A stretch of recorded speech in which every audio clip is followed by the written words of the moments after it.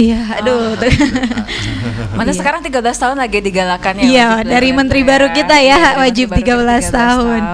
Aduh, gitu. tapi keren sih. Tapi saya percaya dari Pak Dede dan Pak Ipan ini benar-benar bisa gitu ya, terlihat juga gitu ya dari setiap event-event ya, pendidikan itu baik dari PAUD ataupun itu selalu hadir, selalu datang gitu ya, dan semoga ini juga bisa menjadi ini juga ya dari mereka mendukung juga gitu ya, agar segala hal yang keinginannya tuh bisa terwujud juga. Karena betul ya Allah, mengurus sebuah lembaga itu tidak mudah ya gitu. Kan ada investasi yang luar biasa ya. Iya. Teman PAUD itu. Betul. Tidak sebelum masuk SD itu mereka sudah bisa baca Quran.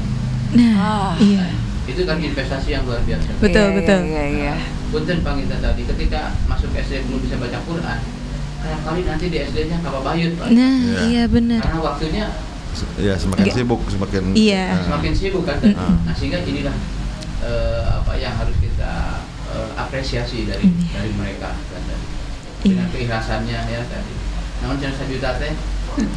Tambah lagi PAUD itu penting banget. Karena apa? Karena dia di usia emas anak-anak. Iya, itu kan, betul. Golden age-nya. Iya. Pendidikan pembangunan karakter anak itu di usia segitu. Nah, itu kan sangat penting gitu keberadaan guru PAUD yang juga harus berkolaborasi dengan orang tua. Jadi satu sisi bagaimana kita mendorong pendidikan PAUD dan lain-lain, tapi juga ini orang tua juga kegiatan-kegiatan parenting gitu ya, itu juga hal penting gitu. Sehingga orang tua juga punya kesadaran yang sama sehingga nyambung. Di sekolah sama gurunya diarahkan begitu, di rumah juga sama gitu ya. Sehingga kita kan berharap ke depan ini para penerus kami begitu kan, dari mulai yang Gen Z, yang milenial kan ini penerus semua nih, sampai dengan yang masih balita gitu. Nah, ini kan harus betul-betul disiapkan untuk jadi sumber daya manusia yang paripurna begitu yang di masa yang akan datang.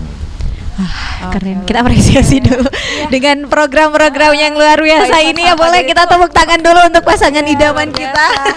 Concern banget sama masalah pendidikan di Kota Tasikmalaya. Betul. Jadi kan pendidikan udah gratis. Iya, terus betul. nanti makanan gratis dari pemerintah pusatnya, seragam gitu kan. gratis dari pemerintah kota. Tinggal semangat untuk belajarnya aja. Layanan gratis sudah ada. Iya. Kebangetan kalau masih ada masyarakat yang malas buat sekolah. Nah, ya. iya, aduh, keren sih ini. Saya sebagai yang bidang di pendidikan juga udah langsung nih terjawab gitu ya segala keresahannya. Oke, ini ada satu pertanyaan lagi kalau dari aku ya Pak Ivan. Jadi kan yang aku baca waktu ketemu sama Aliansi Juragan Muda Tasikmalaya, Pak Ivan tuh bilang bahwa potensi anak muda di Tasikmalaya itu sangat besar, terutama dalam sektor seni, budaya, UMKM, dan ekonomi kreatif ya Pak ya. Nah itu bagaimana Pak untuk cara menyalurkan potensi-potensi yang ada tersebut Pak? Ya, jadi memang semua muncul jadi satu bentuk ekonomi kreatif karena mereka saling mengisi ya. Yang seni, yang budaya, yang ekonomi, UMKM mereka saling mengisi. Nah, harus kita jadi wujudkan satu ekonomi kreatif yang memang potensi anak-anak muda Kota Tasikmalaya. Nah, salah satunya bagaimana kita fasilitasi kita optimalkan apa yang sudah kita miliki. Jadi belum bicara apa yang harus kita wujudkan. Kayak misalnya GCC. Kita punya GCC, bagaimana GCC betul-betul bisa dioptimalkan untuk teman-teman nih. Teman-teman konten kreator, influencer, kemudian juga bersama pelaku seninya, kemudian juga yang pelaku UMKM dan lain, mereka bergabung di sana, berkolaborasi untuk memasarkan Kota Tasikmalaya, untuk menghasilkan ide-ide kreatif, inovasi-inovasi dalam rangka memasarkan Kota Tasikmalaya dalam semua hal. Kita punya keunggulan di seni misalnya, kita optimalkan. Bagaimana caranya anak-anak muda nih yang Gen Z yang paling jago. Kita punya UMKM, bagaimana juga UMKM kita harus bisa sosialisasikan, terkenal sedunia kan gitu ya. Kan bisa dengan teknologi informasi. Nah, cuman mereka harus ada tempat ngumpulnya nih, difasilitasi oleh pemerintah. Nah, salah satunya kita akan optimalkan GCC. Nah, GCC tidak hanya sekedar tempat mereka berdiskusi, tapi juga harus ada fasilitas pendukungnya. Karena rasanya kalau diskusi betah, lama, dan ide itu muncul kalau juga ada tempat kopinya, ada tempat ininya. Nah, ini kan harus jadi tempat yang nyaman buat anak-anak muda untuk ngumpul, untuk bisa ide-idenya tuh muncul gitu. Dan tugas pemerintah adalah menangkap ide-ide itu dan diskusi juga dengan mereka bagaimana merealisasikannya kan gitu. Bagaimana merealisasikan. Oke. Sama sama Pak Ivan Sapaidi juga katanya mau memanfaatkan kembali gedung PPIK yang di Purbaratu ya Pak ya. Ya yang di maksudnya itu juga belum optimal lah, kita akan optimalkan. Itu juga saya punya cita-cita itu jadi pusat inkubasi bisnis lah. Jadi mengembangkan ya tempat diskusinya. Jadi kan yang ingin jadi UMKM, yang ingin wirausaha, ada tempat diskusi di sana, tempat belajar, tempat curhat, gitu kan, belajar sama yang sudah expert, gitu kan. Termasuk juga ada ruang-ruang untuk pelatihan dan lain-lain. Ada semua fasilitasnya kita optimalkan, gitu ya, optimalkan untuk mengembangkan potensi kota Tasikmalaya. Jadi di PPIK dan GCC itu dua yang sudah kita miliki itu kita optimalkan, gitu. Iya, jadi anak muda jangan nongkrong berkerumun gitu lagi, tapi ada wadahnya sekarang ya. Memang sekarang sebenarnya banyak potensi ya, anak muda bahkan ya mereka itu tak potensinya dari konten kreatornya gitu ya, bisnisnya, tapi ya itu mereka tuh kadang butuh sebuah tempat. Iya. Sebuah tempat untuk mereka. Bagaimana sih caranya gitu kan? Karena ya bingung sendiri kan kalau sendiri kadang kita. Termasuk juga ini ya. Jadi ini kan teman-teman ini juga banyak yang dia nyambung dengan kayak TikTok, bukan TikTok ya, kayak dengan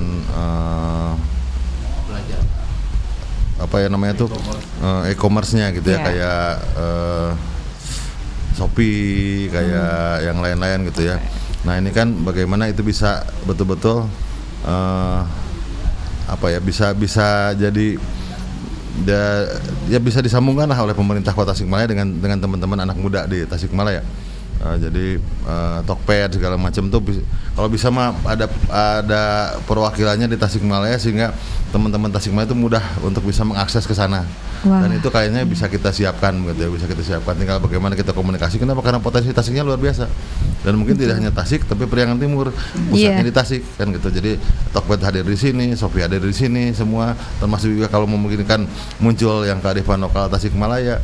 Kenapa enggak gitu ya? Kita siapkan di tempat yang tadi saya bilang kan, mau di GCC atau di PPIK itu bisa dimungkinkan gitu.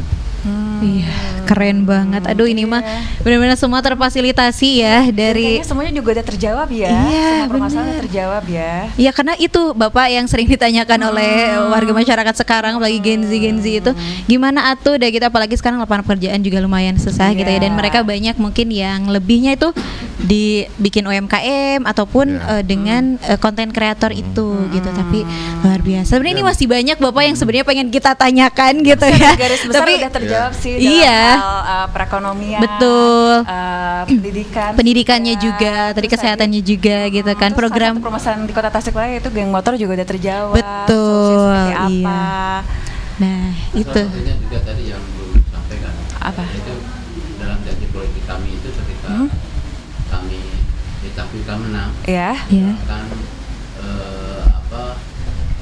menciptakan 5.000 entrepreneur muda. Wah, 5.000 entrepreneur muda luar biasa. Salah satu di antaranya tadi tentang gedung yang PPIK itu. Iya, PPIK. Inkubator. Iya, luar biasa. Tapi optimistis dong ya Pak pasti. Jadi sebenarnya kita juga melanjutkan ya. Dulu itu kan ada program 5.000 usaha baru. Nah ini kan mereka ini sudah sampai mana? Nah ini juga kan harus kita hire lagi nih, kita undang lagi, kita aktifasi lagi, kita apakah keberadaan mereka di mana, apakah sudah jadi wirausaha atau belum. Nah ini kan mereka saya yang sudah dilatih gitu kan. Kenapa enggak kita fasilitasi, kita dorong. Jadi itulah prinsip berkelanjutan itu, kami ingin buka lagi semua yang sudah diinvestasikan Kota Tasikmalaya, mana yang bisa kita optimalkan, mana yang bisa kita lanjutkan, jangan sampai program itu berhenti begitu saja. Oh iya. Kan Betul. gitu ya. Itu barangkali jadi tetap di follow up ya Pak, nggak cuma di awal doang dikasih sekarang pembekalannya. Ini dengan adanya pusat inkubasi bisnis di PPIK, nah mereka tuh bisa diskusi di sana, bisa ini fasilitasi misalnya bagaimana sih menjual secara online misalnya kan, nah, bisa dilatih di sana. Kalau ada kendala bisa diskusi di sana, bisa ketemu sama expertnya, dan kita buat ruang-ruang untuk ada ruang-ruang diskusi. Kita undang expert, kita undang ini mereka teman-teman Genset ini bisa datang gitu ya. Jadi mendorong karena ternyata saya menemukan beberapa anak muda yang berhasil di sana, Iya. yang luar biasa dari sisi ekonominya. Oh, Saya juga betul. kaget ini masih muda tapi wah sudah keren begini gitu ya. Iya. Ya, dari sana biasa. dan mereka terbuka, mereka siap berbagi dengan teman-temannya yang lain untuk bisa sama-sama di Tasikmalaya. Mereka juga sharing ilmu ya Pak Sharing ya. ilmunya siap, Oke. siap.